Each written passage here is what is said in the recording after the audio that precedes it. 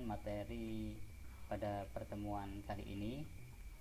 Sebelumnya saya sudah jelaskan mengenai konsep tentang UJT Independent Sample T-Test ya.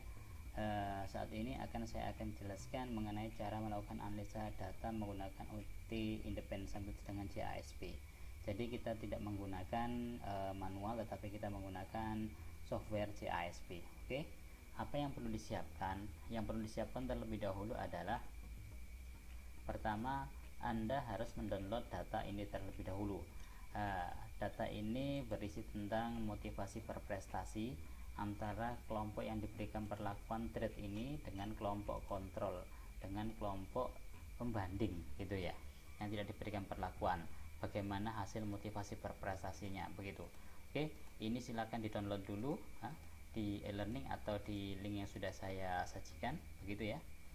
Nah, setelah Anda siapkan Excel ini, maka silakan buka JASP-nya. Oke. Nah, silakan buka JASP-nya, softwarenya ini ya. Yang pertama-tama adalah silakan Anda klik tombol biru 3 di sini, ada 3 tombol di sini ya. Silakan diklik, kemudian open ya. Open tempat dimana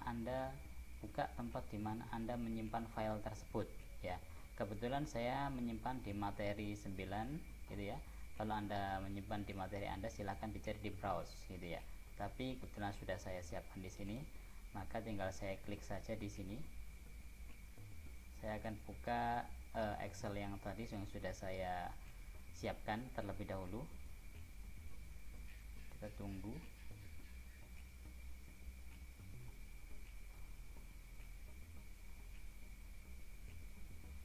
Nah, dalam proses ini memang membutuhkan waktu begitu ya.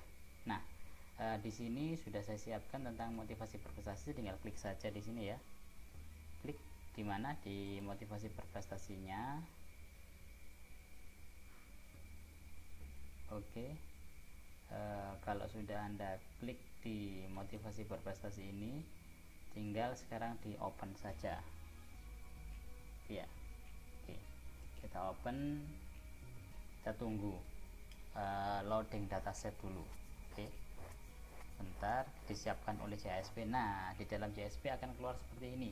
Ada grup ya, kemudian juga ada grup itu isinya trade dan kontrol gitu ya. Trade itu kelompok yang diberi perlakuan, kontrol itu kelompok yang tidak diberi perlakuan. Kemudian yang kedua adalah motivasi berprestasi ya, motivasi berprestasi. Nah, bagaimana cara analisanya? Yang pertama adalah siapkan dahulu mengenai hipotesanya. Hipotesanya apa? Hipotesanya adalah sebagaimana yang sudah saya jelaskan di materi sebelumnya ya, terkait dengan UJT Independent Sample T-Test begitu. Nah, di sini ada perbedaan motivasi berprestasi antara kelompok yang diberi pelatihan goal setting dengan kelompok kontrol. Oke. Nah, ini adalah hipotesanya. Kita akan membuktikan apakah benar ada perbedaan antara kelompok yang diberikan goal setting, pelatihan goal setting dengan kelompok kontrol mengenai motivasi berprestasinya, apakah ada perbedaan gitu. Oke. Nah, silakan kembali lagi ke JASP. Bagaimana cara tesnya adalah ini ada T-test, klik saja ya. Pilih yang klasikal, kemudian independent sample T-test ya. Ingat, independent sample T-test, klik di sini. Akan muncul kolom seperti ini. Jika sudah muncul kolom seperti ini, maka silakan masukkan motivasi berprestasi di dalam kolom variabel. Kemudian grup yang berisi tentang kelompok kontrol dengan kelompok treatment tadi di grouping variabel begitu ya. Oke. Nah, kalau sudah, kemudian di dalam tes ini silakan di checklist student well gitu ya. Kemudian location parameter biarkan default saja begitu ya. Kemudian effect size menggunakan Cohen, kalau perbedaan itu menggunakan Cohen gitu ya. Kemudian effect size itu apa? Effect size itu adalah besar pengaruh dari pelatihan terhadap motivasi berprestasi tadi itu. Nah, coba kita klik deskriptif juga di sini ya. Kita klik deskriptif, kemudian deskriptif plot juga kita klik. enaknya di CASP itu adalah langsung nampak semuanya begitu ya, langsung nampak semuanya. Dan jangan lupa diklik di assumption check yang sudah saya sebutkan di konsep tadi, bahwa kita perlu mengklik yang namanya normality dan equality of variance untuk mengecek. Kalau memang tidak normal datanya dan nggak equal, maka kita bisa menggunakan klik main Whitney gitu ya, sangat simpel sekali. Oke. Nah, ketika sudah seperti ini, maka selanjutnya adalah membaca datanya. Bagaimana cara membaca datanya? Ada beberapa hal yang perlu Anda ketahui dalam membaca data dalam uji analisa, uji tes independent sample di sini. Oke, perhatikan baik-baik dan simak gitu ya. Ketika sudah saya analisa, bagaimana yang ada di sini gitu ya, sudah kita lakukan tadi di CASP. Kemudian kita membaca datanya. Oke, yang pertama kita harus memeriksa bahwa asumsi parameter yang disarankan tidak dilanggar. Oke. Nah, sebagaimana yang ada tadi itu, di dalam CASP muncul tes normality Shapiro-Wilk gitu ya, lambangnya W. Oke. Nah, apa yang dilihat di sini? Yang dilihat di sini adalah di dalam motivasi berprestasi antara kontrol dengan trade, untuk P-nya signifikansinya itu harus lebih besar daripada 0,05. Dikatakan normal, tetapi jika kurang dari 0,05 maka tidak normal. Nah, di sini didapatkan bahwa uji Shapiro-Wilk ini P-nya adalah 0,732, sedangkan untuk trade 0,652. Artinya kedua kelompok tersebut pada motivasi berprestasi normal semuanya. Oke. Berarti lolos untuk uji asumsi mengenai normalitas. Selanjutnya adalah uji homogenitas. Uji homogenitas juga kita dapatkan di output dari CASP tadi tentang test of equality of variance menggunakan Levin test begitu ya. Apa yang dilihat di sini juga sama, yang dilihat di sini adalah ya, jika P lebih besar daripada 0,05 maka Levin testnya tidak dilanggar, artinya heterogen ya, antara homogen antara kelompok kontrol dengan kelompok treatment ini adalah homogen. Jika P-nya itu kurang dari 0,05 maka homogenitasnya dilanggar, berarti nggak homogen data tersebut gitu ya. Karena di sini lebih dari 0,05 maka homogen. Untuk lebih jelasnya nanti silakan simak di uji asumsi yang sudah kawan-kawan pelajari pada materi sebelumnya. Oke. Dan ketiga, pengujian hipotesis dengan melihat tabel berikut. Nah, tabelnya ada di sini gitu ya, ada di sini. Oke. Nah, kalau kita melihat di CASP, mana Pak CASP? Yang di CASP itu kalau kawan-kawan melihat tabel itu ada di sini. Nah, ini independent sample test. Sebenarnya sangat mudah sekali, tinggal klik sini gitu ya. Kemudian copy, bisa Anda masukkan ke dalam mana? Ke dalam Word. Kenapa langsung ke dalam Word begitu? Bisa jadi. Kenapa? Karena sebenarnya ini gitu ya, model metode atau output yang dihasilkan di sini itu sesuai dengan penulisan di jurnal internasional atau menggunakan APA, standar APA gitu ya, Asosiasi Psikologi American gitu ya. Oke. Baiklah, akan saya buatkan di sini, tinggal copy paste saja sebenarnya. Oke.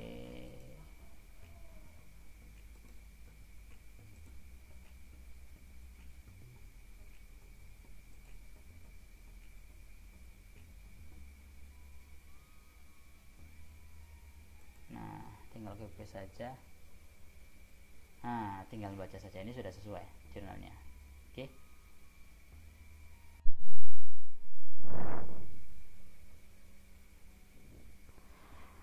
Setelah Anda mengcopy data ini, maka silakan dibaca. Oke, perhatikan cara membacanya ya. Oke. Nah, di sini sudah saya copy. Apa yang dibaca? Yang dibaca adalah di P, di mana di well gitu ya. Di well. Sebenarnya boleh student gitu ya, tetapi kalau sampel kecil menggunakan wells gitu ya, untuk mengkonfirmasi ya. Nah, harap diingat bahwa statistik berasal dari perbedaan rata dibagi dengan standar error perbedaan rata.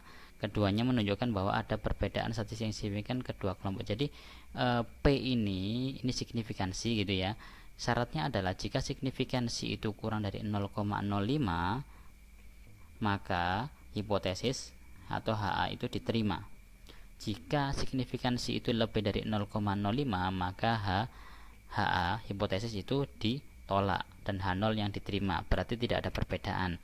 Kebetulan di sini hasilnya adalah P 0,029 ini kurang dari 0,05 gitu ya. Sehingga apa? Sehingga menunjukkan bahwa di sini P itu signifikan karena di bawah 0,05. Artinya apa? Artinya data atau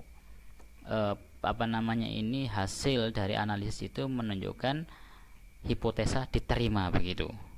Nah, lalu bagaimana efeknya? Apakah besar atau sedang atau kecil? Nah, Cohen silakan dilihat di sini di Cohen gitu ya. Berapa ini yang dilihat adalah yang di Welch-nya gitu ya. Min negatifnya nggak usah dihiraukan, tapi 0,691 yang dihiraukan begitu. Nah, di sini nampak bahwa 0,691. Lihat di buku JASP gitu ya yang sudah saya share, atau bisa di download lagi di mata kuliah atau pertemuan pertama begitu. Jika lebih dari 0,5 gitu ya. Kenapa? Karena ini adalah 0,69 ya. Maka efeknya atau besaran efeknya itu tergolong sedang gitu ya, tergolong sedang gitu.